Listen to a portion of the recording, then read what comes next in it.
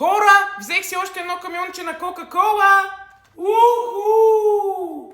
Аз вече имам едно. Ето го тук. А това е второ. Те са общо 3. Така е, кой пие кола, получава камиони.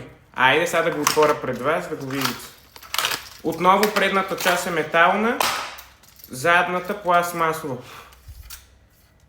Хора, то е надраскано. Ей тук. Ужас. Може ли такава простотия? Това е лепенка, кухо, пластмасово, само е тази част металната, що годе ми харесва. Ето го иначе, може да го видите. Нищо особено. Това май се махаше или не се? Ей от тук. Да, ето.